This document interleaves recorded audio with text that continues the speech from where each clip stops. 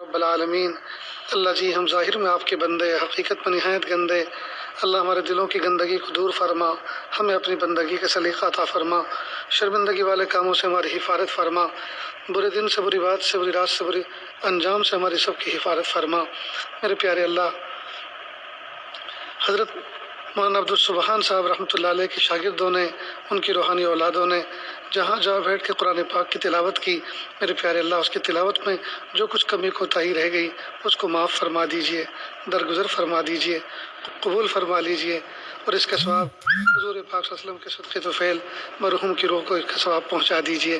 یا اللہ ان کے درجات بلند فرما دیجئے، ان کو روح کو خوش کر دیجئے، ان کو جنت الفردوس میں اعلیٰ مقام عطا فرما دیجئے۔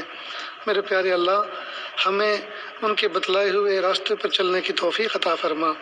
میرے پیارے رب، پوری دنیا کے اندر اس وبائی مرض کی وجہ سے پوری دنیا کے اندر انسان پریشان ہے، حضور پاک کے امت ہی پریشان ہے۔ میرے پیارے اللہ، ہم آپ سے بھیک مانگتے ہیں، اللہ آپ راضی ہو جائیے، سب کو شفا عطا فرما دیجئے۔ اللہ جن کا ماضی قریب انتقال ہوا سب کی مغفرت فرما دیجئے، سب کو بلند اعلیٰ درجات عطا فرما دیجئے۔